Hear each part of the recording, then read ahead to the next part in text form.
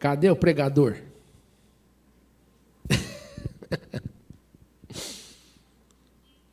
Vamos orar pelo Samuel? Amém?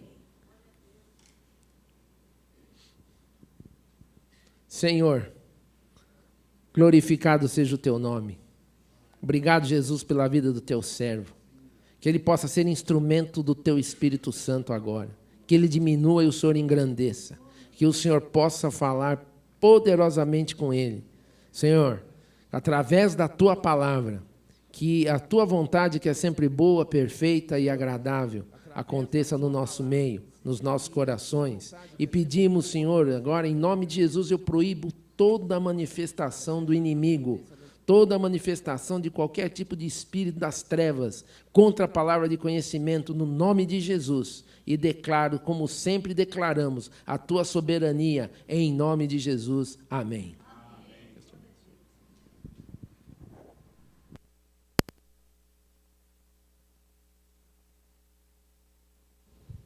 Som. Paz do Senhor, irmãos. É um grande prazer estar aqui com vocês. O dia está esfriando, né?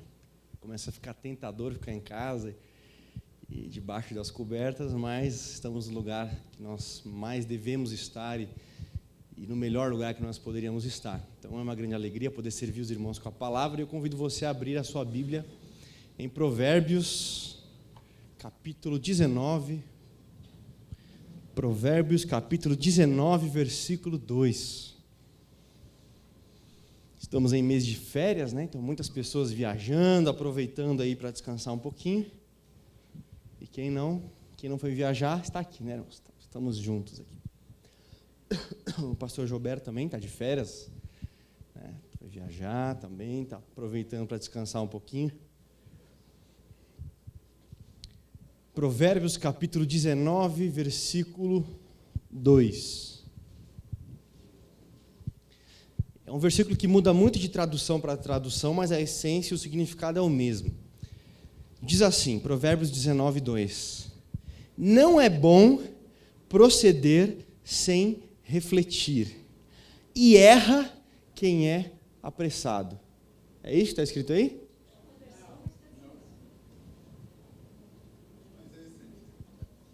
Mas é a mesma coisa?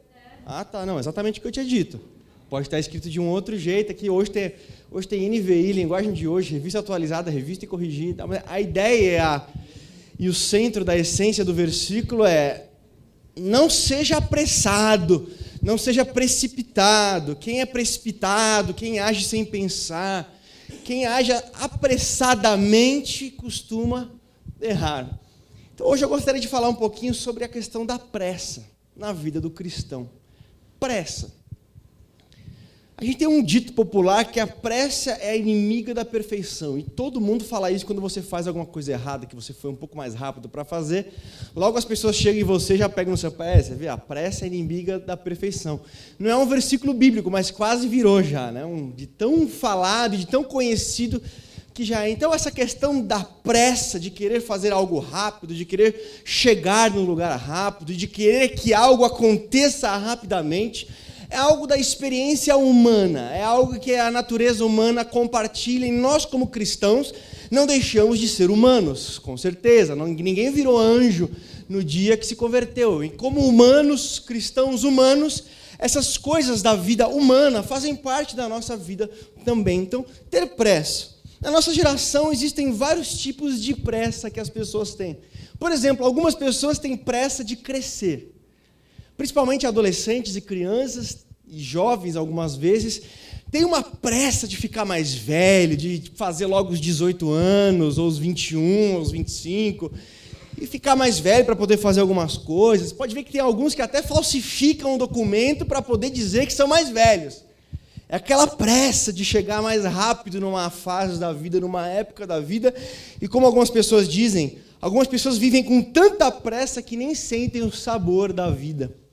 Hoje nós olhamos para a época em que nós éramos crianças e adolescentes, e bate aquela saudade, a gente fica, puxa, aquele tempo era tão bom, e naquela época eu queria ser mais velho, eu queria que o tempo passasse mais rápido.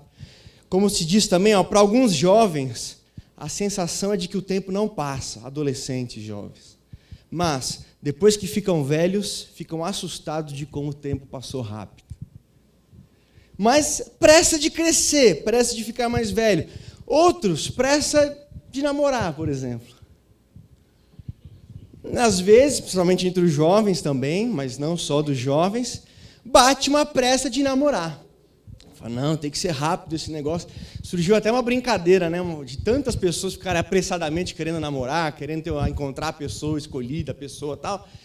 Fizeram uma sequência, uma brincadeira bíblica, que toda pessoa, quando ela começa a pensar em namoro, ela começa no Salmo 40. Ela começa no esperei com paciência no Senhor, e Ele inclinou os seus ouvidos para mim. Só que o tempo começa a passar, ela vai do Salmo 40 para o Salmo 70. Apressa-te, Senhor, em responder o meu clamor. Só que aí o tempo começa a passar também e a pessoa não aparece. Aí a pessoa vai para João 6,37. Aquele que vem a mim, de maneira nenhuma o lançarei fora. Só que a coisa continua difícil, o tempo vai passando e nada acontece, ela vai para Lucas capítulo 14, versículo 21.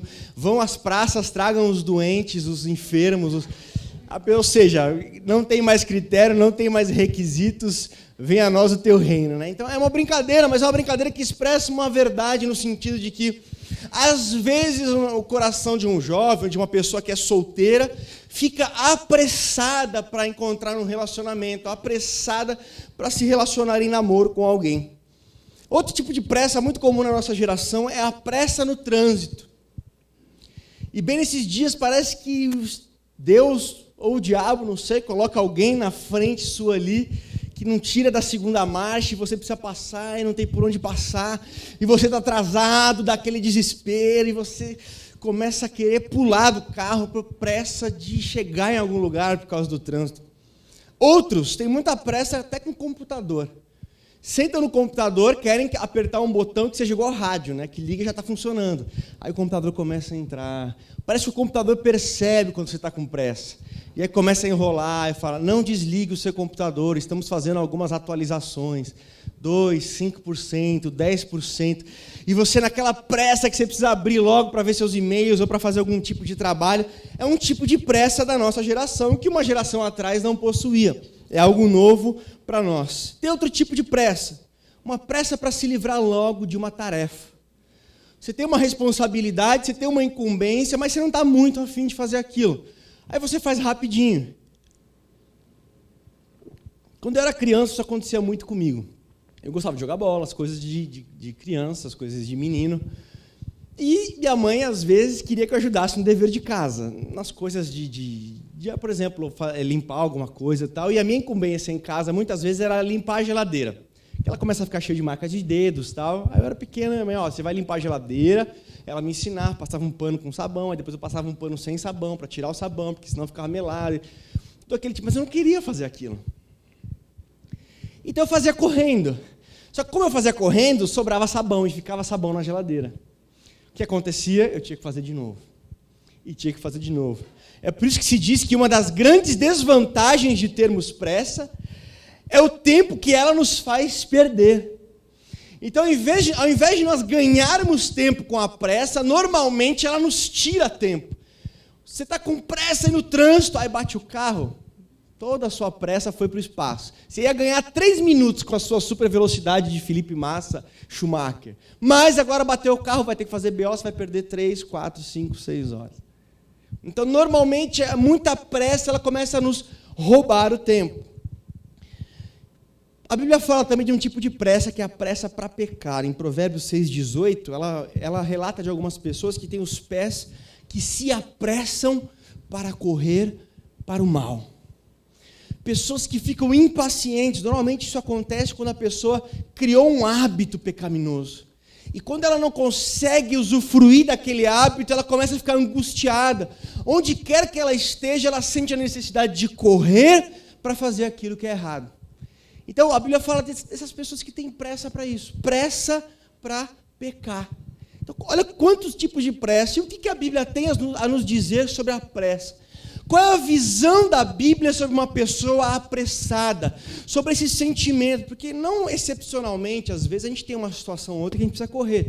Mas, às vezes, nós deixamos que a nossa vida venha acompanhada de pressa todo dia, toda semana, vez após vez. O que a Bíblia tem a dizer sobre essa questão de pressa na vida do cristão. Primeiro, ela fala em vários tipos de pressa. A Bíblia fala, por exemplo, em pressa para falar. Provérbios 29:20 diz: tem visto um homem apressado nas suas palavras?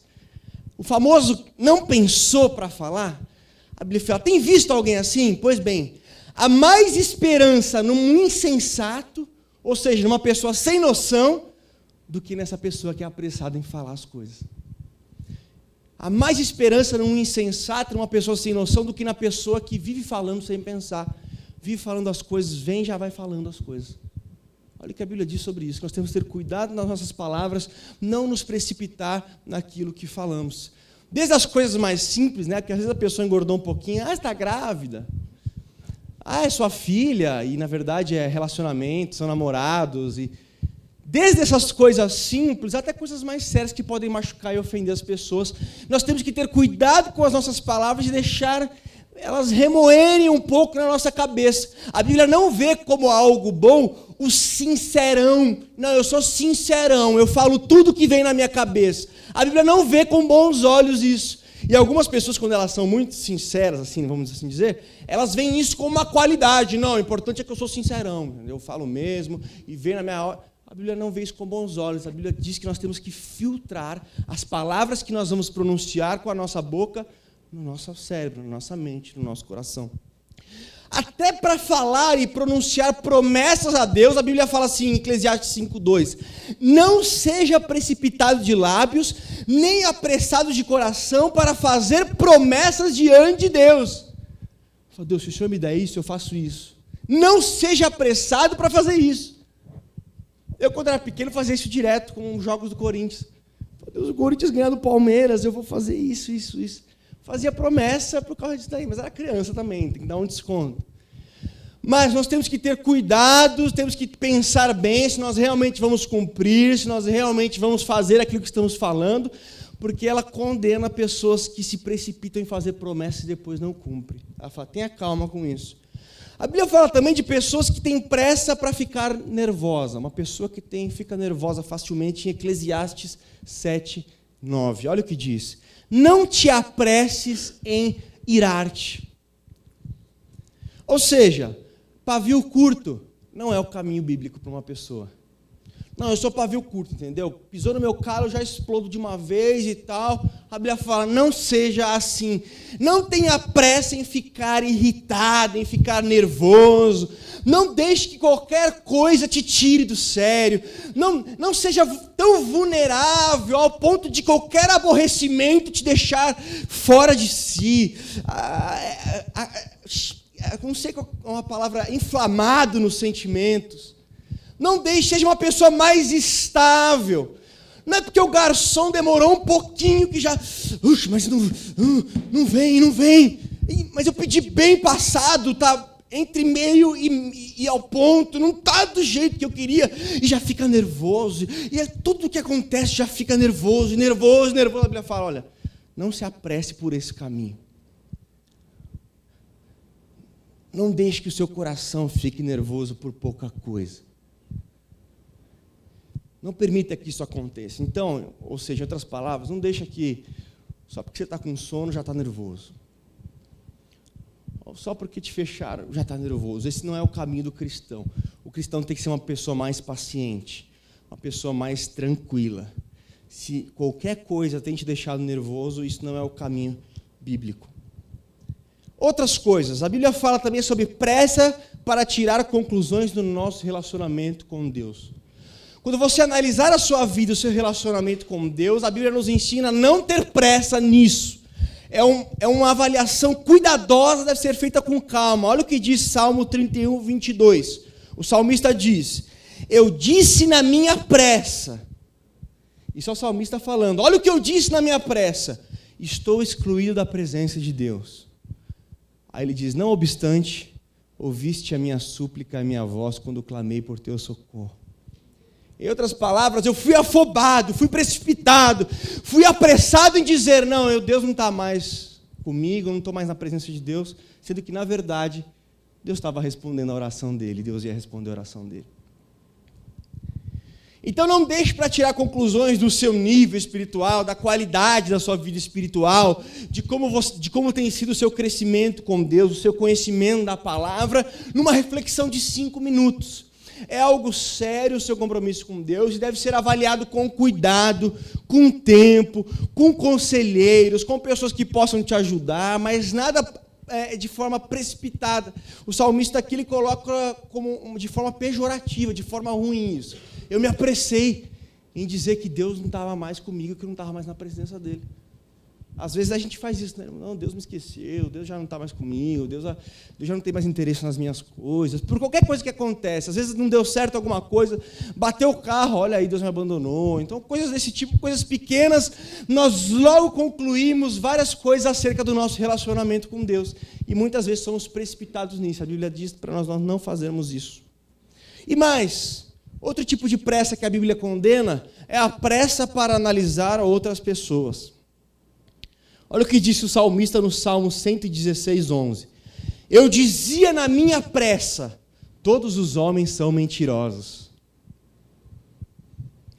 Então, na pressa, ao invés de pensar e refletir, analisar cada caso, analisar as histórias, ele logo concluiu e saiu metendo pau em todo mundo é mentiroso. Entendeu? Na minha pressa, ele já foi concluindo coisas sobre as pessoas. Nós, normalmente, com muita pressa, fazemos um diagnóstico da espiritualidade, do caráter do nosso próximo. Ao invés de analisar, tentar entender a história, tentar entender o porquê das coisas, nós logo colocamos uma placa nas pessoas da qualidade que elas são, de como elas são espiritualmente, aquilo que elas representam em caráter, aquilo que elas representam em princípios. Às vezes, por uma ou duas atitudes, nós já definimos a pessoa. Por quê? Porque somos apressados nisso. E mais uma vez é colocado de forma pejorativa no Salmo 116, versículo 11. Olha, não é este o melhor caminho. Vá com calma quando a questão é analisar e emitir algum juízo de valor em relação a outra pessoa. A Bíblia também fala de pessoas que tentam acelerar Deus, tentam apressar Deus.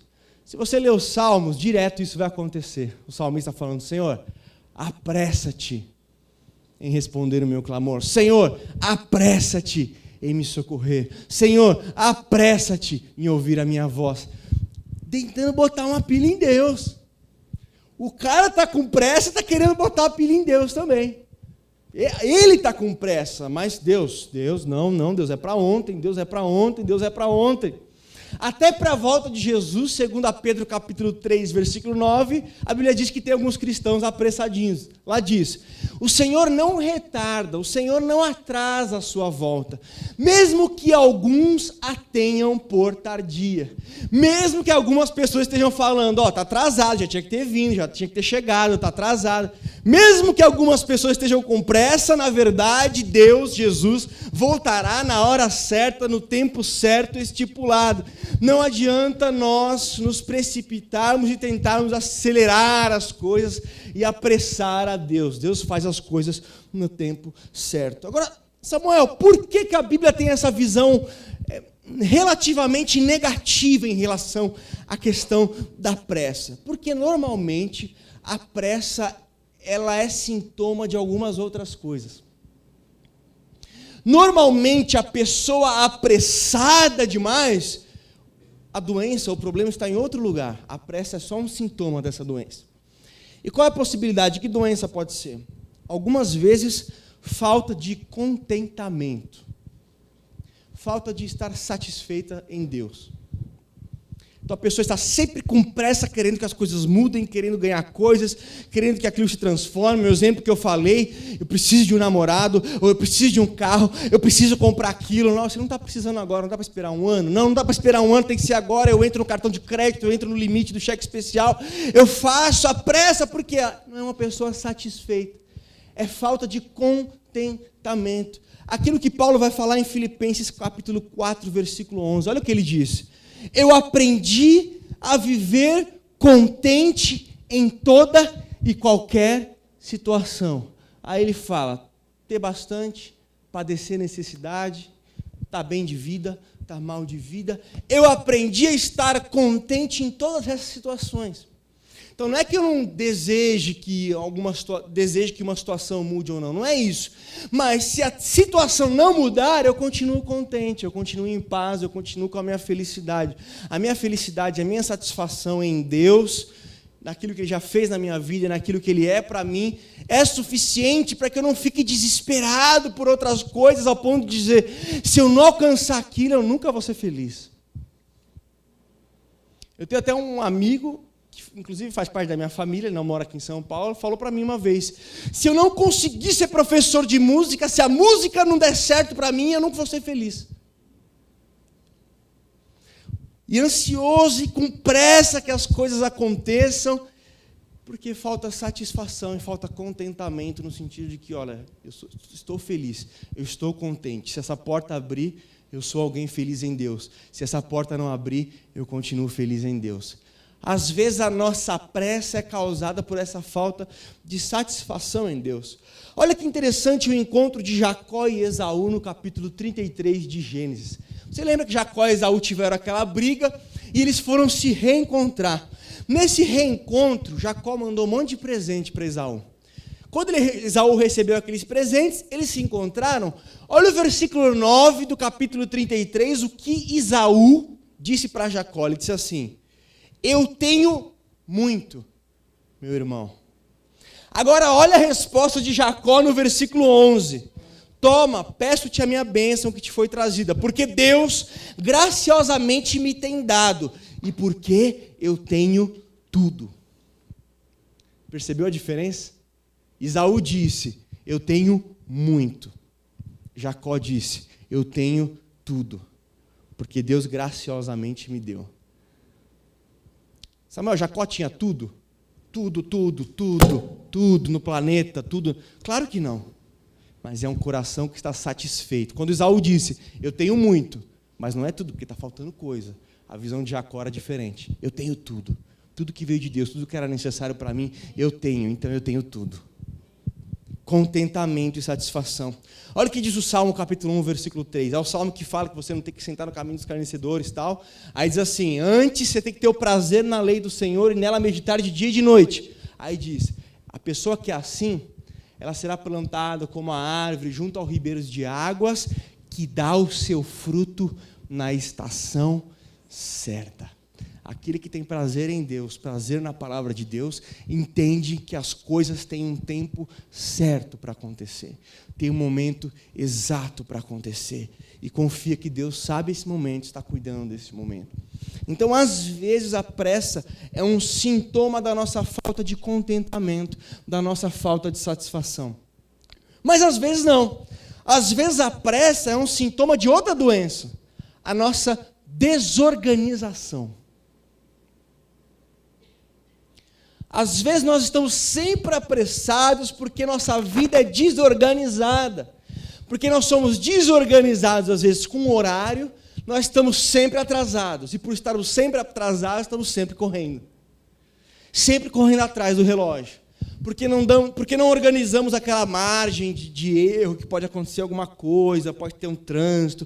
Então eu vou sair mais cedo. Então o reflexo dessa desorganização na vida do cristão reflete em pressa. E ele passa o dia inteiro com pressa. Quando chega no fim do dia, parece que caiu um elefante em cima dele.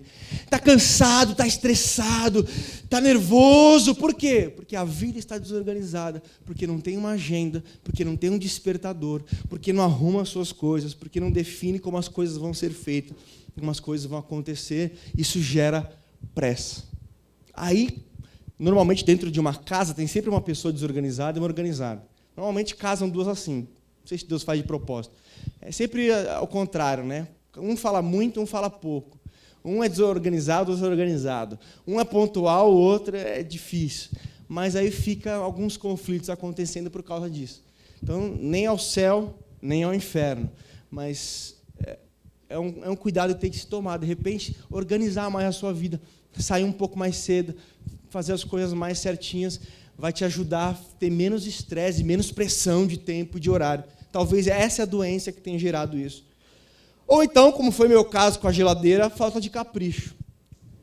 Faz as coisas relaxadamente, faz 2 vezes. Faz relaxadamente, faz 2 vezes. e isso tem feito perder tempo, e talvez esse seja um sintoma da pressa. Então, nós somos chamados a um equilíbrio. O maior erro é a pressa antes do tempo e a lentidão ante a oportunidade. Então, também agora eu não vou ter pressa mais. Agora é deitado eternamente em berço esplêndido e pode casa cair tudo certinho. Pode estar pegando fogo na minha casa, gente, sem pressa aqui, hein? Tranquilo, todo mundo saindo. Não, tem situações que exigem celeridade, tem oportunidades que não devem ser perdidas. Uma coisa não exclui a outra. Agora, não é disso que eu vim falar hoje. Fala, Samuel, eu já estou com pressa de o culto acabar. Eu já estou aqui olhando para o relógio para ver que horas vai acabar o culto. Você já falou 15 minutos de várias coisas relacionadas à pressa, que a pressa é algo ruim, que de forma geral a Bíblia vê a pressa como algo negativo. E aí chega 15, 20 minutos depois você fala que essa não é a pregação de hoje. A pregação de hoje é justamente ao contrário. Vista a regra geral, estando diante dessa ideia geral da Bíblia de que a pressa é algo ruim, eu trago agora as exceções. Ou seja, situações que a Bíblia pega e diz, olha, a pressa é boa. Até agora nós falamos da regra. Geralmente a pressa é algo ruim. Geralmente a pressa é um sintoma de alguma doença aí que está na nossa vida. Geralmente a pressa é prejudicial para o cristão. Porém, excepcionalmente, a Bíblia traz algumas hipóteses onde ela vai dizer, amigo, acelera, corre, apressa-te, acelera. Aqui não dá para ter muita paciência, não. Em algumas situações nós somos convocados a acelerar o ritmo, a nos apressar. E eu gostaria de trabalhar com vocês algumas situações.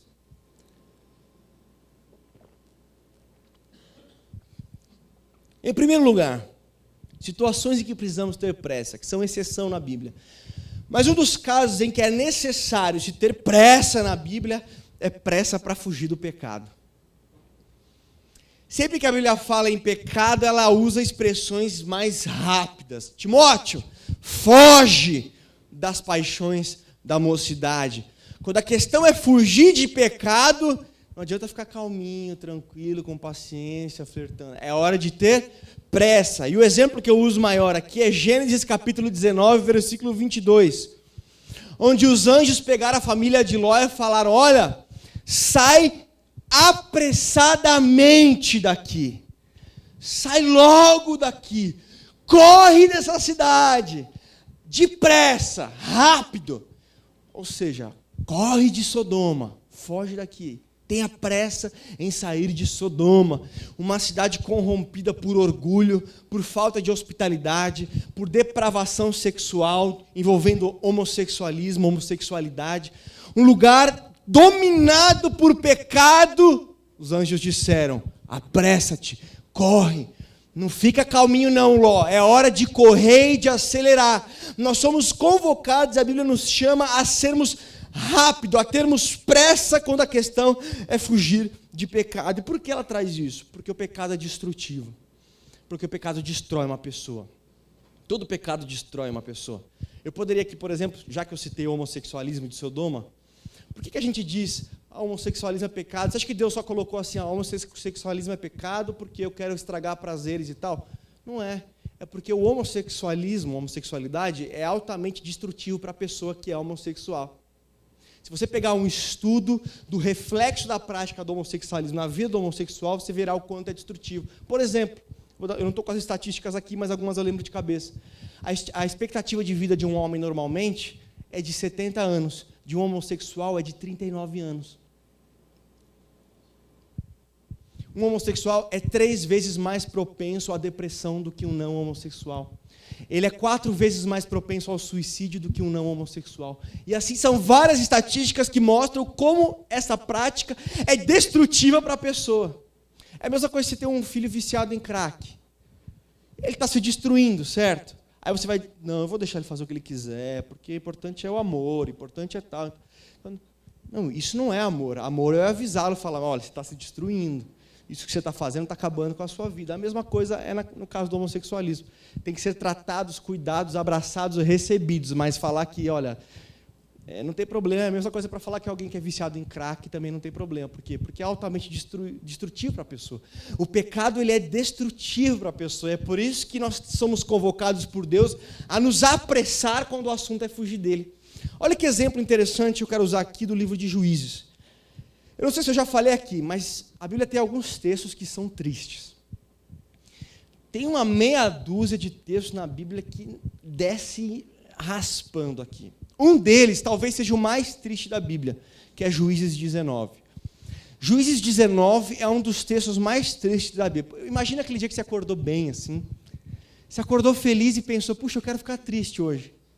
É só ler Juízes 19. Se você acordar um dia feliz e quiser ficar triste, leia Juízes 19. Não precisa abrir agora, pode ler depois, quando você quiser ficar triste. Mas eu vou contar a história para você, basicamente, o que aconteceu ali. É um levita com a sua mulher. Eles estavam passando por algumas cidades, foram recebidos na casa de uma pessoa, e lá a hospitalidade era importante, tudo ficava no território da tribo de Benjamim. Então, lá no território da tribo de Benjamim, eles estavam passando, entraram numa casa e ficaram lá. Só que tinha um problema sério de perversão sexual lá, e os homens cercaram a casa e falaram, olha, nós queremos esse levita aí, nós queremos abusar dele. O cara que estava tomando conta, o dono da casa, pegou a mulher do levita e botou ela para fora. Ou seja, quem estava mal eram as mulheres. Apertou a coisa, ficou ruim, eles pegaram aquela mulher e botaram para fora. E aí que vem a parte dura do texto. Quando o texto começa a relatar que os homens da cidade abusaram daquela mulher durante toda a noite.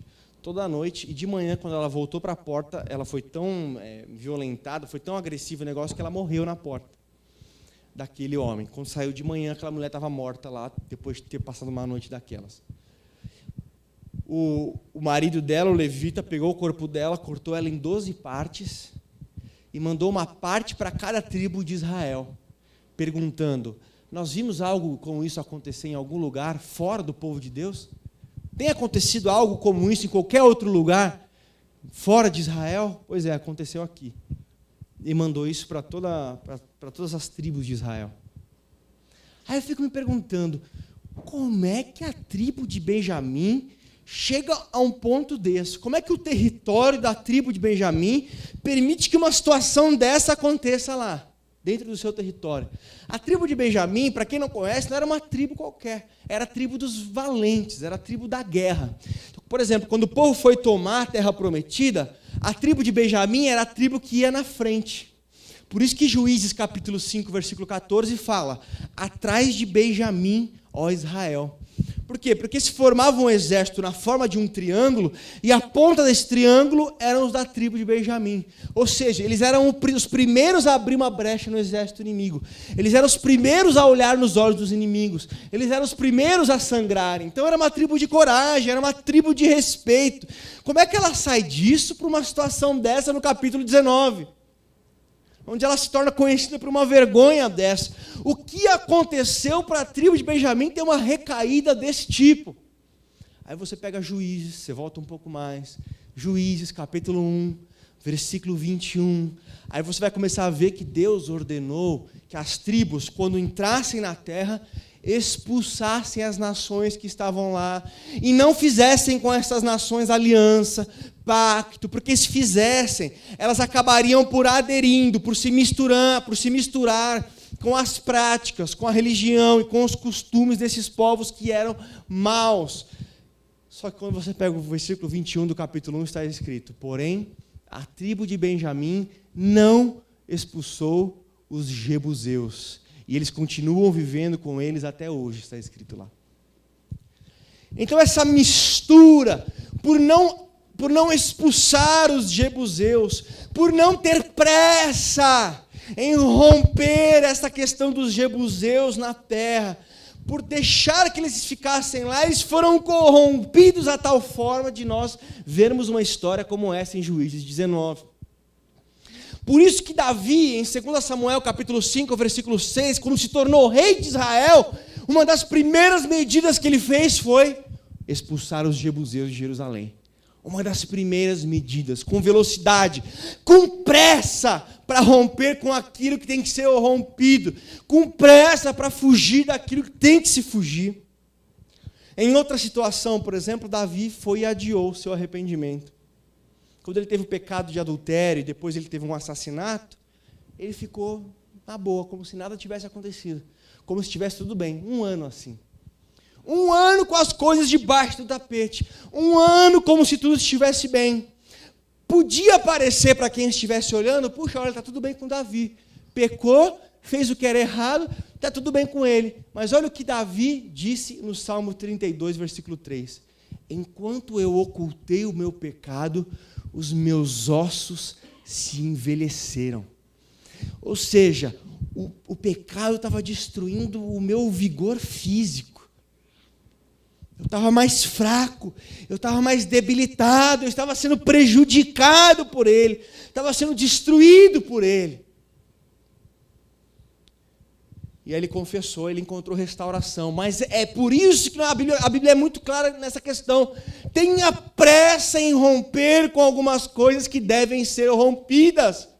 Não adie o tratamento com áreas da sua e da minha vida que são necessárias de serem mexidas, de serem tocadas e de serem restauradas.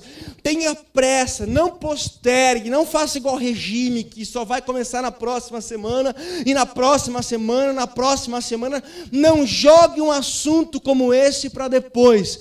Ele é urgente. Tenha pressa com ele. Veja as áreas da sua vida que estão consumindo o seu vigor espiritual, estão te fazendo um cristão mais debilitado, um cristão comprometido com áreas que Deus não se agrada, e se apresse em tratar com elas. Não é uma promessa de que você vai se livrar delas do dia para a noite, não é isso que vai acontecer. A questão é, não deixe esse assunto para depois.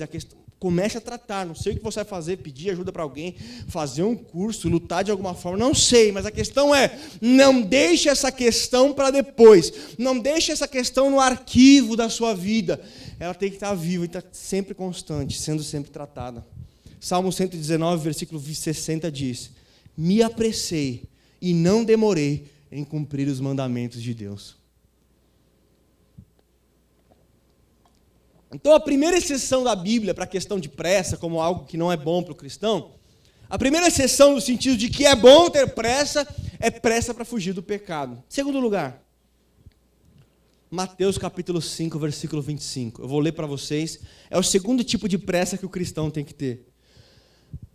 Concilia-te depressa com o teu adversário. Olha a palavra, depressa com o teu adversário, enquanto estás no caminho com ele, para que não aconteça que o adversário te entregue ao juiz e o juiz ao oficial e te encerrem na prisão. Conciliação depressa com o adversário. Tenha pressa para se reconciliar com situações da sua vida onde há alguma barreira com alguém, onde há alguma dificuldade de relacionamento com alguém. A dica é, resolva isso depressa. Até juridicamente falando, né, pastor Alexandre? Uma vez um irmão da igreja veio me procurar. Ah, Samuel, olha, eu bati num carro aí e essa pessoa já saiu da igreja há mais de 10 anos. Há mais de 6 anos. Eu tinha acabado de sair da faculdade quando ela me procurou. Ah, Samuel, eu acabei de bater num carro aí e ele processou minha esposa. O carro estava no nome da minha esposa, aí o cara entrou com o processo da minha esposa. Será que você pode ligar lá e ver isso para mim? Eu falei, tá bom, irmão, vou ver isso daí. Aí eu liguei para a pessoa. O cara nem queria falar comigo. Fulano me distratou. Fui conversar com ele sobre a batida que ele teve no meu carro. Ele falou, vai procurar seus direitos, vai fazer o que tem, né? O cristão é convocado a se reconciliar, a correr atrás de alguma forma de conciliação, de resolver as situações, não de criar ainda mais barreiras. Resultado. Ele disse assim para mim, eu estou lembrando a história que é antiga, ela veio agora na minha cabeça. A questão custava mais ou menos uns R$3.000. O cara entrou com o processo, pedindo tudo, e o cara da igreja pagou tudo. Totalmente, teve que pagar à vista. O cara falou, olha, eu não tiro R$1 do que eu entrei com o processo. Não tiro R$1 pela forma que ele me tratou. Então, olha, vai ou pagar tudo e pagar à vista, ou eu não faço acordo nenhum, deixo o processo rolar, o juiz vai condenar, vai atualizar a questão, vai ter juros, correção monetária, tal, eu não quero saber. Aí o cristão, Zé Mané, que podia ter feito um acordo, que poderia ter conciliado, que poderia ter feito ali um negócio interessante, parcelado, bonitinho, teve que fazer o checão dos 3 contos de cara e teve que pagar à vista. Porque não teve esse espírito de reconciliação. A Bíblia fala, olha, concilia-te depressa com pessoas que você tem alguma desavença. Resolve isso logo, não fica jogando, não fica usando, vai procurar os seus direitos, não fica com esse tipo de coisa. Conciliação para resolver. Se tiver que ir para a justiça, vai para a justiça, mas não porque não houve uma posição sua de estar aberto à conciliação, a situações como essa. Olha o que diz Mateus capítulo 5, versículo 9. Bem-aventurados os pacificadores, porque serão chamados filhos de Deus. Pessoas que promovem a paz. Pessoas que promovem a paz serão chamadas de filhos de Deus. Tanto você, quando você age de alguma forma, e aqui vamos sair da questão jurídica, né? Senão a gente vai limitar a questão jurídica, não. Toda questão, todo problema pessoal que você possa ter com alguma pessoa, pode não ser financeira, pode não ser nada, nós somos convocados a nos apressar para resolver isso. Apressa-te para resolver isso. Então, tiramos a questão jurídica de lado. Você, quando é uma pessoa que busca resolver os seus conflitos pessoais e ajuda outras pessoas também a se resolverem nesse sentido, é uma pessoa pacificadora, porque serão chamados filhos de Deus. Não é igual uma historinha de advogado que eu ouvi uma vez, que a pessoa chegava para ele e falava um monte de coisa. Não, olha isso, eu acho que é assim, assim, assim. O advogado falava, puxa, é mesmo, olha que você tem razão, viu? Aí vinha outra pessoa e falava, olha, não, é isso, isso, isso. O contrário do que a primeira tinha falado. Falava, não, você tem razão, é isso mesmo, viu? Não é que você tem razão? Aí o estagiário do advogado vendo aquilo lá, falou, puxa vida, esse negócio é estranho, né? Falou, doutor, o fulano veio, falou, o senhor falou que ele tinha razão. Veio outro, falou totalmente o contrário, falou que você tinha razão. Isso aí não é errado não, doutor? Ele parou a olhar, mas não é que você tem razão? Não é esse tipo de pacificação onde faz média com todo mundo. Não, é um tipo de pacificação verdadeira que traz as pessoas, aproxima, fazem elas conversar, colocar os pontos fortes, pontos fracos, esse tipo de coisa. Quando depender de vós, tem de paz com todos. Romanos 12, 18. Se depender de você, tem a paz com todos. Ou seja, querido, a Bíblia condena cristão encrenqueiro. Cristão encrenqueiro, pavio curto, cristão cheio de barreira com um monte de gente, a Bíblia condena isso.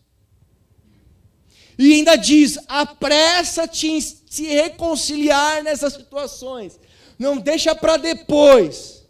Resolve isso logo, os seus conflitos. Olha que interessante, um costume judaico que existe. Sabe que nós temos no Brasil, às vezes hoje em dia, mas quando um filho vem, pai, bênção, e o pai fala, filho, Deus te abençoe. Sabe esse costume? Em Israel, eles também têm esse costume, mas é um pouco mais rico, né?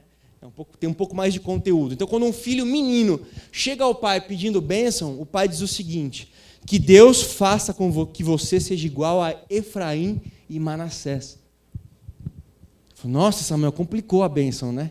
Já tem que conhecer a história agora, mas é isso que o pai disse, que Deus faça com você que você seja igual a Efraim e Manassés. Por quê? Porque Efraim e Manassés são os primeiros irmãos, primeira família de irmãos onde não há briga na Bíblia. Então, desejando que o filho não seja uma pessoa encrenqueira com o irmão dele e com o irmão de sangue, que em Israel eles têm uma visão um pouco mais povo, essa é a bênção que um pai profere. Então, toda a história de Israel que você pegar no Antigo Testamento, no livro de Gênesis, você pega os irmãos, eles brigavam. Você pega os irmãos, eles brigavam. Os primeiros irmãos, Caim e Abel, brigaram. Pega Cão, ele teve aquela discórdia com os irmãos a respeito da nudez de Noé. Você pega Isaac e Ismael, brigaram. Você pega Jacó e Esaú, brigaram. Você pega José e os irmãos, brigaram. Aí vem Manassés e Efraim, não tem briga. Então o pai, quando quer abençoar um filho de Israel, ele fala, a minha bênção para você é que você seja como Efraim e Manassés, pacificador, que saiba viver em paz com os irmãos, que saiba viver em paz com as pessoas que estão próximas de você. Até hoje eu me lembro, quando eu fui visitar o Rio de Janeiro, na igreja do meu tio, Francisco, que faleceu, E eu sentei, um dia ele foi resolver umas coisas na igreja e eu fui para a igreja com ele. Era um dia à noite, que não tinha culto, mas tinha ensaio do louvor. Aí eu sentei ali no meio das cadeiras, enquanto o pessoal estava ensaiando. Irmãos, eu não sei o que aconteceu naquele ensaio, que no meio do ensaio, quando eu levanto a cabeça para olhar, que eu acho que eu estava olhando no celular, tinham 2 irmãos que cantavam no louvor se peitando. Parecia que ia sair Anderson Silva versus Chris Weidman, UFC. Os caras iam sair na mão. Na igreja, ali na frente. A igreja não existe mais, por isso que eu posso falar também. Mas hoje essa igreja não existe mais. Os caras brigando, se peitando. Meu tio ficou louco, né? Ele foi lá na frente, falou, eu trago meu sobrinho de São Paulo. Aí eu, é isso mesmo, me trouxe de São Paulo para ver uma coisa dessa. Estou aqui totalmente chocado e abalado e tal. Estou traumatizado, nunca mais vou ser feliz na minha vida. Mas ele dando uma dura para ver um negócio desse com o grupo de louvor da igreja e tal. Mas briga entre irmãos, isso não pode acontecer. Quando isso de alguma forma acontece, a Bíblia fala, corre, tenha pressa em resolver essa situação. É tão séria essa questão na Bíblia, que olha o que diz Mateus 5:23. Que se o teu irmão tem algo contra você, na hora de dar o dízimo e a oferta, não dê. Não dê o dízimo e a oferta se você sabe que o irmão tem algo contra você. Espera o dízimo e a oferta e vai conversar com ele. É como se a Bíblia estivesse colocando numa escala de valores, de importância. Porque às vezes a pessoa dá o dízimo e a oferta, bom, pelo menos eu estou quitado com Deus, entendeu? Então eu estou tranquilo, estou bem. Não está não. É melhor você se acertar com o seu irmão e não dar a oferta hoje, do que você dar a oferta e não se acertar com o seu irmão. É mais importante do que uma coisa do que outra. Então deixa ela no altar, esperando, e vai lá falar com o seu irmão. Vai lá falar com essa pessoa que tem algo contra você. Não deixe para depois. Tenha pressa com isso. Bom, em primeiro lugar, pressa para fugir do pecado. Em segundo lugar, pressa para se reconciliar. Saímos do geral, a pressa não é algo bom, a pressa a Bíblia vê com maus olhos, para as exceções. Por os casos que a Bíblia vê com bons olhos, que eu e você tenhamos pressa. Primeiro, fugir do pecado. Não fica brincando, não fica postergando, não fica deixando para frente essas coisas. Segundo, relacionamentos, conflitos, resolve. Não fica com pendência. Não se põe o sol sobre a sua ira, a Bíblia fala. Sabe o que isso significa? Não deixa que o dia acabe, que o sol se ponha, enquanto seu coração ainda está incomodado com aquela pessoa, com aquela situação. Não se põe o sol sobre a sua ira. É isso que a Bíblia diz. Não deixa passar tempo. Resolve isso logo, porque aí vai criando uma raiz de amargura, aí depois só com trator para tirar, irmãos. Aí vai para veredas, vai para tudo que tem necessidade, aí porque criou uma coisa que já tinha que ter resolvido antes. Não teve pressa na hora que tinha que ter pressa. Em terceiro lugar, são 4. Em terceiro lugar, a Bíblia nos convoca a ter pressa de um relacionamento mais profundo com Deus. E aqui eu uso como exemplo a história de Zaqueu. Zaqueu desceu apressadamente, diz a Bíblia, ou seja, Zaqueu desceu com pressa para que Jesus pudesse ir para a casa dele. Ou seja, o único relacionamento que Zaqueu tinha com Jesus é Zaqueu na árvore, Jesus passando lá embaixo. Aí Zaqueu foi convocado para algo mais profundo com Jesus. Zaqueu, desce depressa que eu vou para a sua casa. Vai ser algo mais pessoal agora, Zaqueu. Vai ser algo mais profundo com você do que simplesmente uma visão de eu aqui embaixo, você aí na árvore. Estou te chamando para algo mais profundo. O que Zaqueu fez? Se apressou, agiu com pressa para levar Jesus para a casa dele. Então nós somos convocados a termos pressa quando o assunto for ter um relacionamento mais profundo com Deus. Eu sempre falo com os jovens que a vida cristã e o relacionamento com Deus é como uma escada rolante, que você tenta subir pelo lado contrário. Já tentou fazer isso? Talvez faz tempo que não, mas talvez você já fez isso. Quem já foi criança aqui já tentou. Você chega numa loja, aquela escadona rolante descendo. Aí você fala, eu vou subir. Aí você começa a subir e você até consegue. Na velocidade que ela vai, se você se esforçar, não tiver gordinho como eu, você consegue chegar lá. Aí imagina uma pessoa lá no meio de uma escada rolante assim, que está descendo e ela se esforçando para subir. Se ela parar, o que vai acontecer? Automaticamente ela vai descer. Ou seja, para ela subir, alguma coisa ela vai ter que fazer. Ela vai ter que se movimentar, ela vai ter que se mexer, ela vai ter que ter pressa para subir ali. A mesma coisa na vida de um cristão. Quer que um cristão esfrie, que um cristão perca o seu fervor espiritual, perca o seu relacionamento com Deus, diminua, que a sua intimidade com Deus diminua, o que ele precisa fazer? Nada. Não precisa fazer nada, irmãos. É só ficar na escada rolante do sistema do mundo. Parou, naturalmente você no seu dia a dia vai se afastar. Naturalmente você vai se esfriar. Naturalmente a sua intimidade com Deus, o seu relacionamento vai se distanciar. Não precisa fazer nada. Agora, para crescer no conhecimento de Deus, para manter a chama acesa, para manter a pegada, para se manter firme, para manter e aprofundar o relacionamento e a intimidade com Deus, tem que se mexer, tem que se apressar, assim como numa escada rolante. Se deixarmos as coisas irem como vão, nós vamos nos esfriar. Porque não tem jeito, irmãos. A ideia é que se nós pararmos... Existe uma história que eu preciso contar, já contei talvez aqui, mas é o pastor Silmar Coelho que conta. Ele conta de um pai que chamou o filho dele pequeno e falou: filho, eu vou te dar 2 moedas. 2 moedas. Uma é para você comprar o que você quiser, doce, bala, tal. E a outra é de Deus. Você vai dar na igreja, tal, para ensinar o filho já os valores, tal. É isso daqui, tá bom? Aí um menino pegou a moeda. Uma é de Deus e uma é minha. Pegou, pôs no bolso e foi em direção à Bombonier comprar uns doces lá. E aí sempre no caminho, criança parece que sempre esquece, né?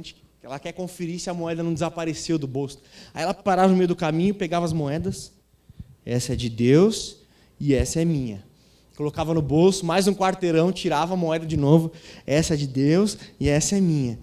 Aí na 4ª vez que ele foi tirar, quando ele pegou a moedinha para tirar, uma das moedas correu na rua e caiu no ralo. Caiu lá para dentro. Aí ele olhou aquela única moedinha na mão assim, olhou para o céu, olhou para a mão, olhou para o céu e falou: ixi, Deus, a sua caiu, viu?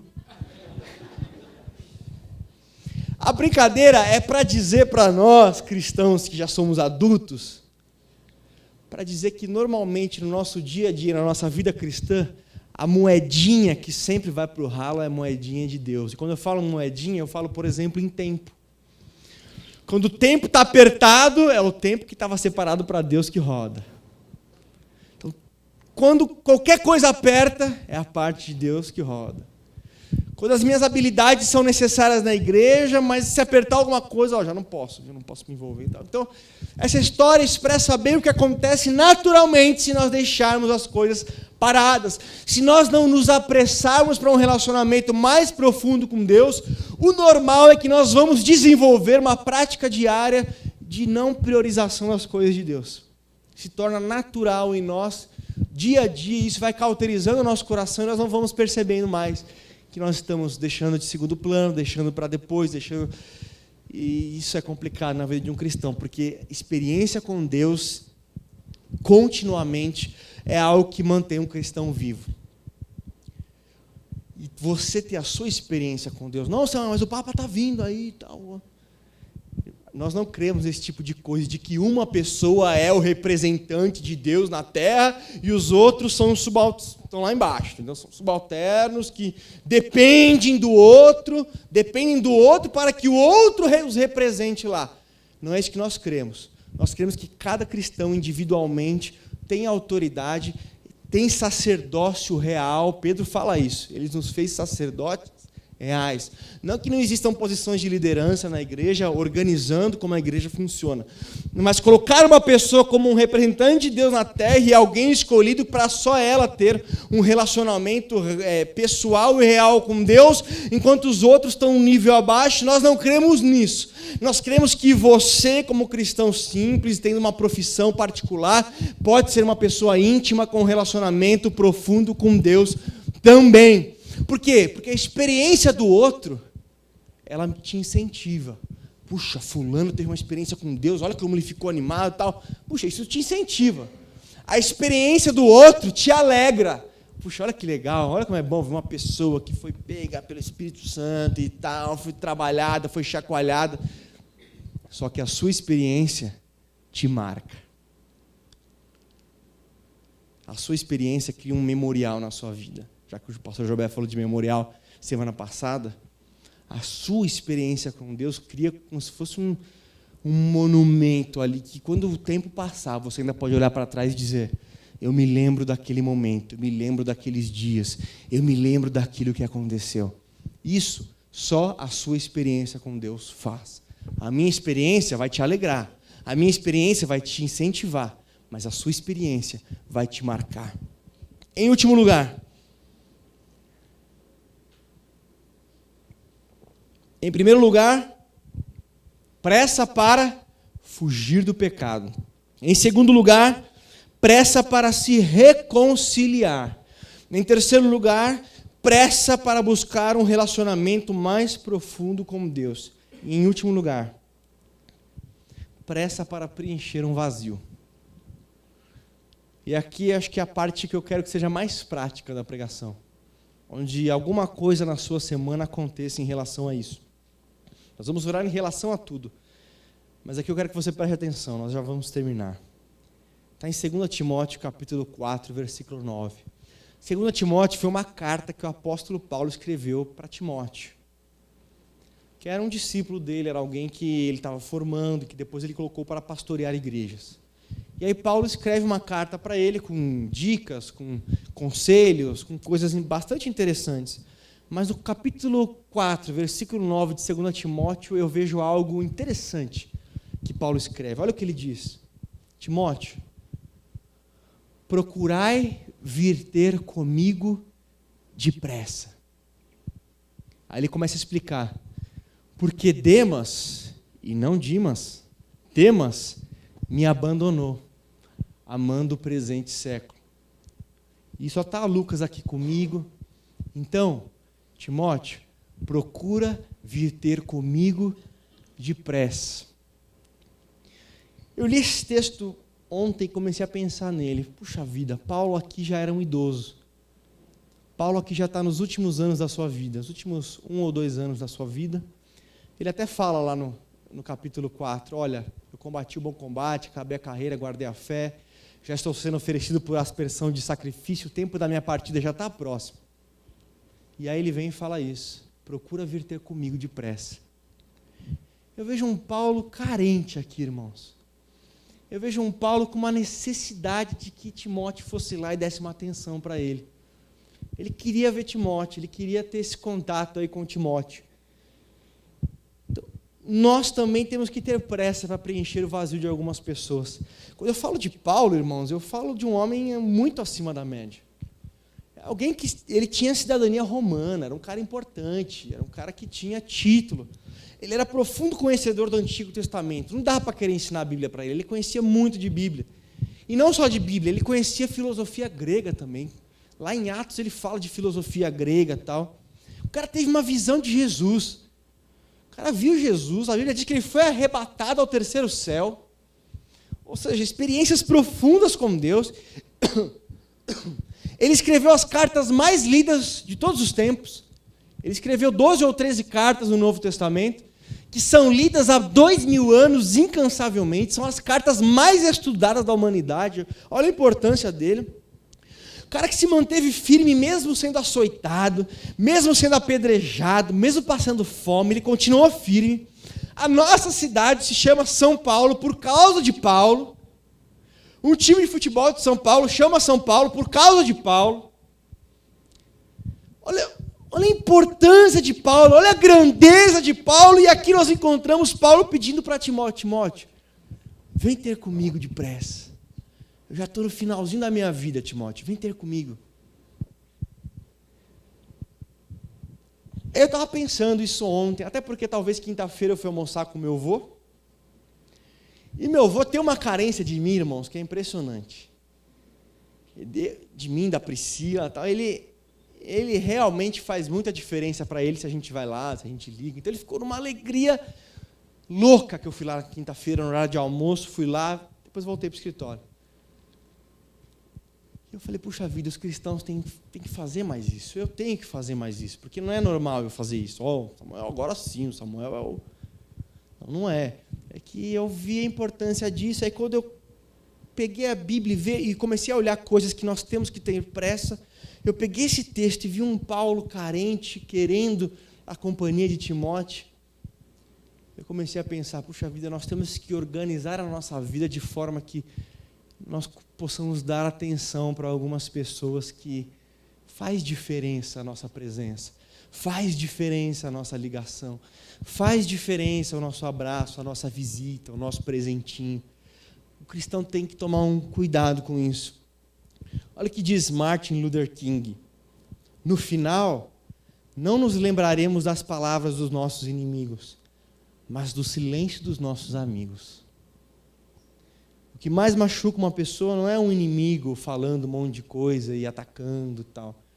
O que machuca é um amigo íntimo, um amigo profundo que simplesmente deixa de existir ou não supra aquela sua carência que você tem da presença dele.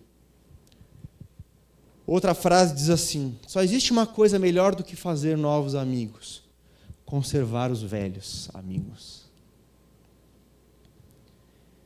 E em cima disso, inclusive, eu peguei uma citação, entrei num site que não é só para essa situação, tá, irmãos? Eu entrei num site lá de instituições de idosos e peguei alguns relatos de alguns idosos, o que eles pensam sobre a questão da família deles abandonarem e tal. Não é só disso que eu estou falando, tá? Não é só o idoso. Estou falando daquele amigo seu que é jovem e que vocês tinham uma amizade bonita e vocês perderam contato, mas a sua amizade é importante para ele, para várias coisas, e simplesmente nada, você não tomou nenhuma atitude em relação a ele, uma ligação. Olha o que ele diz: o abandono talvez seja o sentimento mais cruel que o ser humano possa sentir. Pois a indiferença de um amigo, do amor de um filho, de um parente, faz com que a pessoa perca o sentido da vida. A gente precisa de estímulo do amigo, da valorização de um filho e da compreensão de um parente. Aí que coloca a idade e coloca o lugar onde a pessoa está, numa casa de repouso. E para encerrar de vez, eu peguei uma música infantil. Essa é uma música feita para criança, mas ela expressa algo bastante interessante, uma mensagem bastante interessante, que vai ilustrar isso que nós estamos falando aqui. Essa música se chama O Caderno. Muitos conhecem. Essa música, ela se chama O Caderno. O escritor dessa música, a ideia dele foi o seguinte: eu vou fingir que um caderno está falando. Eu vou dar vida a um caderno. Sabe o caderno que você leva na escola e tal, que você levava na escola quando você era novo, ou você ainda leva, coisas do tipo?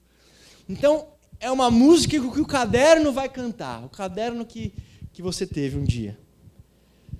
A letra é a seguinte: sou eu que vou seguir você, do primeiro rabisco até o beabá. Em todos os desenhos coloridos eu vou estar. A casa, a montanha, 2 nuvens no céu e um sol a sorrir no papel. Quem nunca desenhou isso? Aquela nuvenzinha sem vergonha, né, irmãos? Que faz só assim, aí vai no cantinho do papel, passa um traço assim, bota um sorriso. Não. A casa, a montanha, 2 nuvens no céu e um sol a sorrir no papel. Sou eu quem vou ser seu colega, seus problemas ajudar a resolver. Te acompanhar nas provas bimestrais, você vai ver. Serei de você confidente e fiel, se o seu pranto molhar o meu papel. Sou eu que vou ser seu amigo, vou lhe dar abrigo se você quiser, quando surgirem os seus primeiros raios de mulher. A vida se abrirá num feroz carrossel, e você vai rasgar o meu papel. O que está escrito em mim, comigo ficará guardado se lhe dá prazer. E a vida segue sempre em frente o que se há de fazer. Aí o caderno diz: só peço a você um favor, se puder, não me esqueça num canto qualquer. Eu quase fui buscar meus cadernos em casa depois disso aqui, irmãos. Aí a ideia aqui é que você... Vamos ficar de pé. Que você aplique isso para algumas pessoas na sua semana hoje. Na sua semana hoje, não. Você aplique hoje, pensando em algumas pessoas para a sua semana.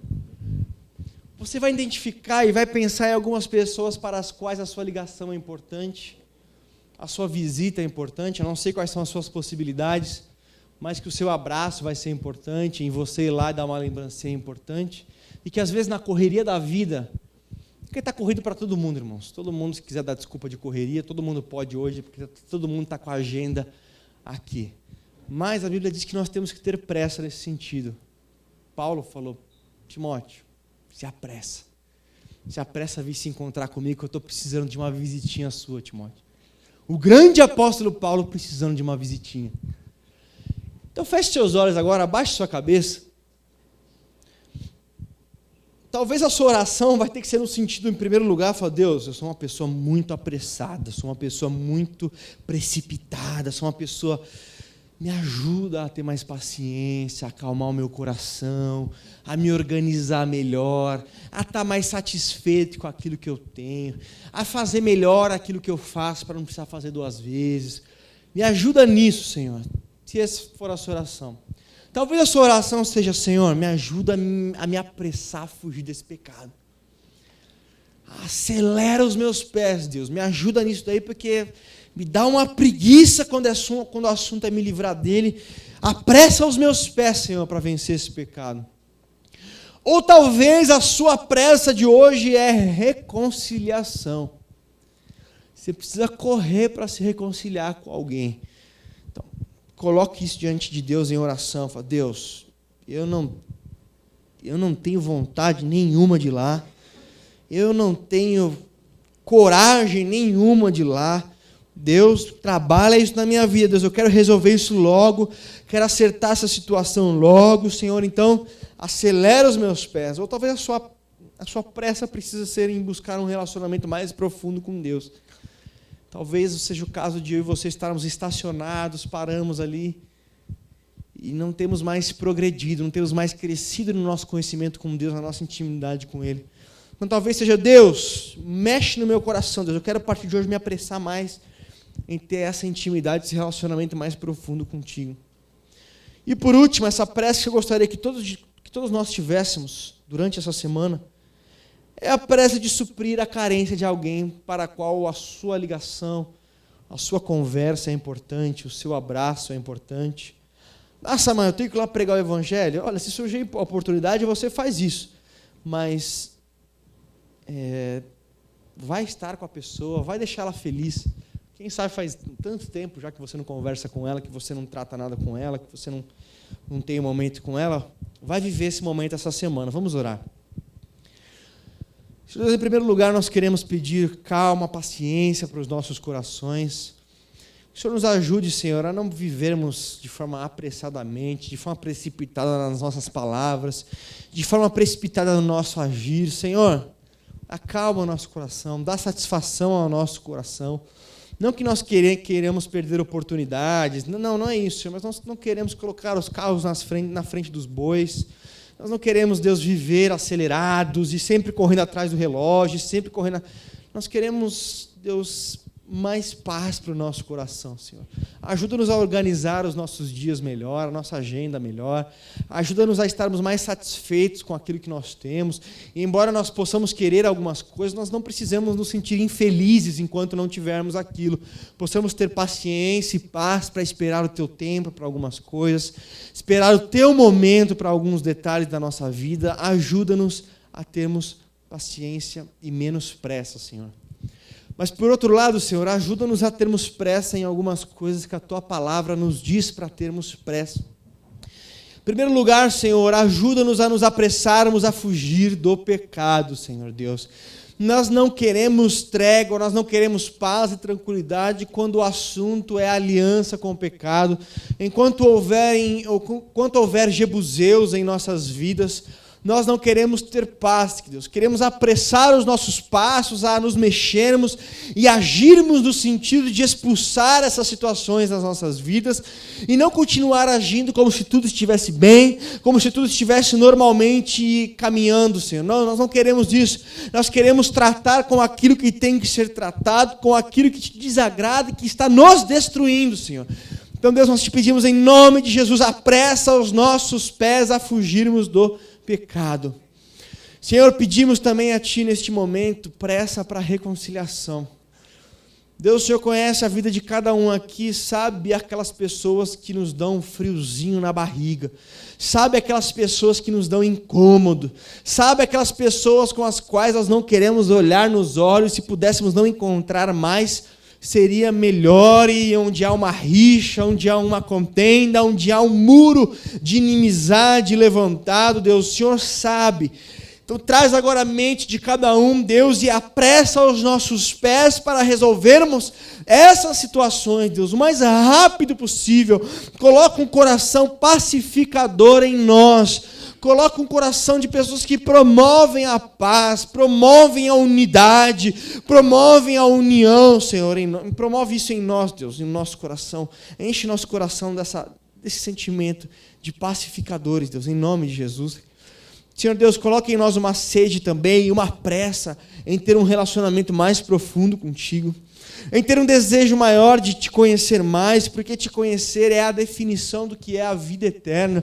Então, Deus, em nome de Jesus, que nós possamos nos mexer e já essa semana organizar a nossa vida de forma que nós nos aproximemos de Ti, e práticas devocionais que foram abandonadas, oração, jejum, leitura da palavra, comunhão dos irmãos, territórios que antigamente pertenciam a Ti e hoje não pertencem mais. Senhor, nós queremos voltar a dedicar esses territórios a Ti, Senhor. Voltar a ter contigo aqueles momentos que nós tínhamos e coisas ainda mais profundas, Senhor. Ajuda-nos, nós queremos estar apressados quando o assunto for buscar a Tua presença e buscar um relacionamento mais profundo contigo. E por último, Senhor, pedimos que o Senhor livre o nosso coração da indiferença com pessoas para as quais a nossa ligação, a nossa conversa, o nosso abraço, a nossa visita é importante. São pessoas que se alegram e se sentem acolhidas com a nossa presença, Senhor. Então nós, como cristãos, queremos ser aquilo que Timóteo representou para Paulo, um preenchimento de uma carência, de um vazio, Senhor. Nós queremos, Senhor, já nessa semana, tomarmos medidas em relação a isso, com pressa, não deixando para depois, não sendo indiferente em relação a isso, mas buscando essas pessoas, Senhor, que vão se alegrar tanto conosco, que vão ficar tão felizes com a nossa visita, com a nossa ligação, com a nossa companhia. Ajuda-nos a olhar para isso com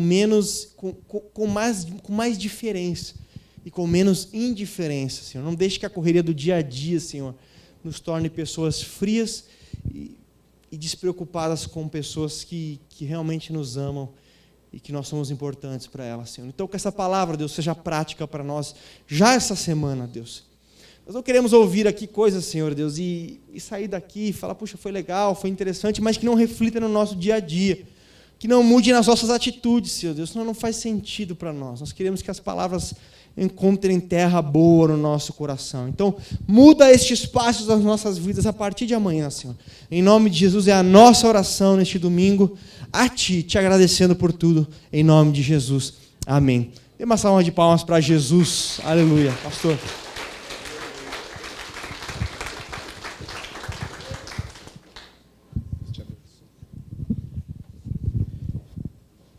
Senta um pouquinho.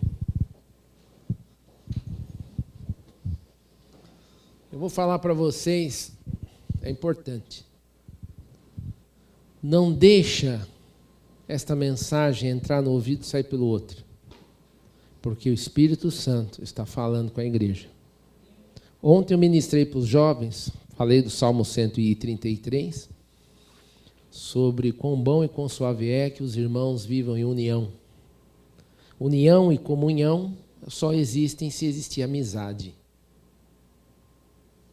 E amizade só existe se existir relacionamento. Então nós desenvolvemos para os jovens ontem esta palavra.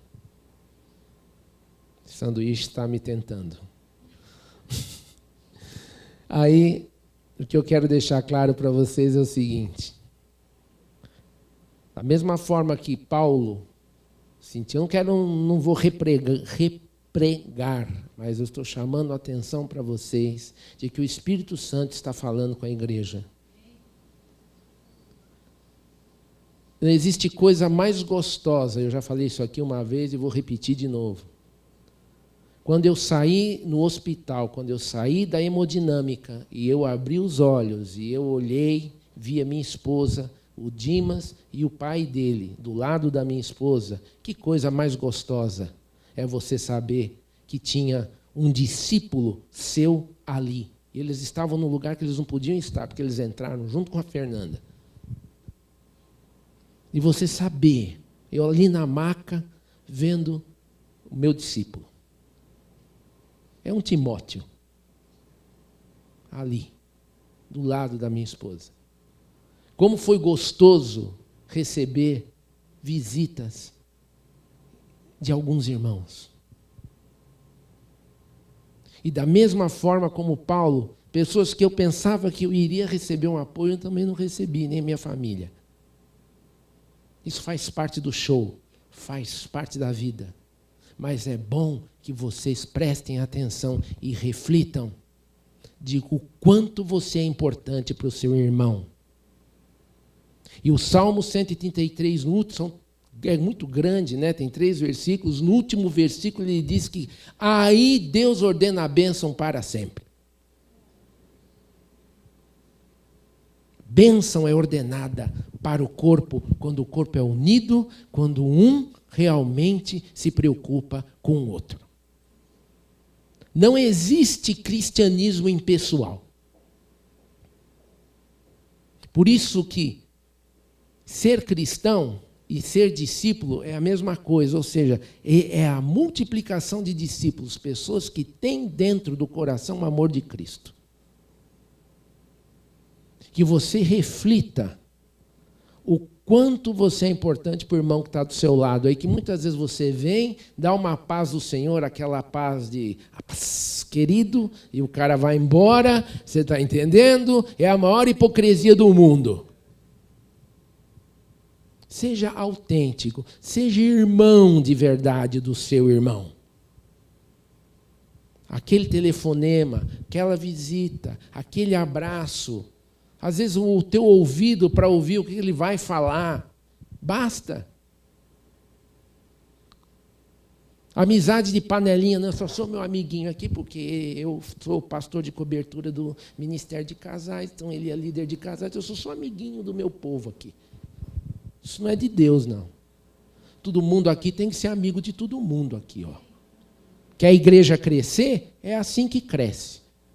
Pode montar a estratégia que for. Se não tiver discípulo, amizade, relacionamento e sinceridade, esquece. Aí tem que mudar a doutrina, tem que pregar o seguinte aqui. Faz um carnezinho, você vem, dá o dinheirinho aqui que você vai crescer. Aí enche a igreja. Um monte de gente vem. Mas evangelho do reino é isso que ele ministrou, que o Senhor usou para ministrar. Assim como me usou ontem aqui para os jovens também. Então é direcionamento do Espírito Santo. Seja realmente irmão do seu irmão que está do seu lado. Vira para ele e diz, seja irmão, irmão. Me ame. Amém? Dimas. Irmãos, para simbolizar, Samuel vem aqui na frente. Pastor, chega aqui. Hoje teremos cantina. Salsicha de jiló. Ó, quero que vocês provem, tá? Um pudim de claras. É seu? Patrocínio Ministério de Comunicação. É? Pastor, eu estava ali atrás, eu até estava falando com o nosso amigo Rodrigo, falei assim, irmão que é irmão, amigo que é amigo, não é aquele que passa a mão na cabeça. É aquele que você tem que falar uma verdade, mesmo que doa. Eu falei assim, irmão, eu sei que você pode ficar bravo comigo, mas Eu prefiro eu te falar a verdade do que... Aí eu falei, isso você já me falou. Não é passar a mão na cabeça, né? Tipo assim, mesmo que tiver que ser duro, firme, senha porque você ama ele. Então, e aí, tá bom? Irmãos, tá bom? Está ótimo. Temos cantina hoje, hot dog. A hora que eu cheguei, o purê de batata estava cheirando já. Então, ajuda em Ministério dos Jovens. Ele comeu tudo. Nem oferece. Ninguém come, não. Tá horrível, irmãos. Olha. Irmãos, então, cantina, ajudem, que é para o Ministério de Jovens. Amém? Rodrigão, já está lá? Então, ensino da palavra só volta em agosto. Reunião de oração, 8 horas na segunda-feira. Quarta-feira, reunião de mulheres, 3 horas da tarde. Não, olha, por 2 quartas-feiras. Vai aqui. Reunião de mulheres, como tem várias mulheres que estão viajando, vai ficar suspensa por 2 quartas e vai voltar só em agosto, tá bom? Assim que for voltar, eu aviso. Deus abençoe.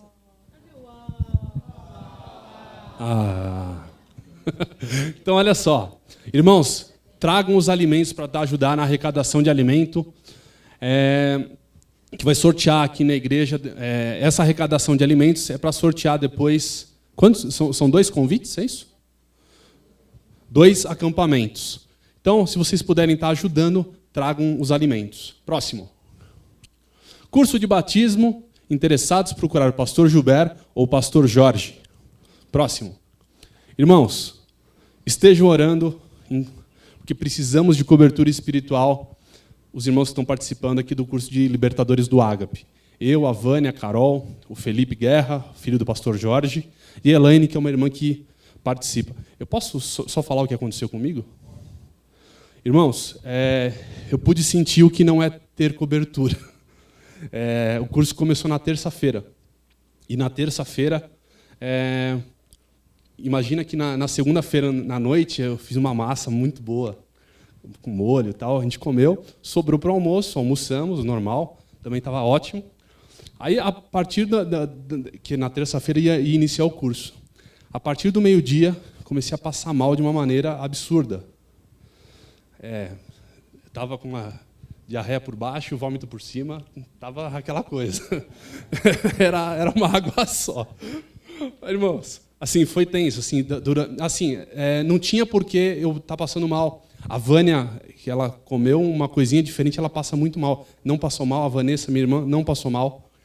E passei mal o dia inteiro, mas fui mesmo assim para o curso.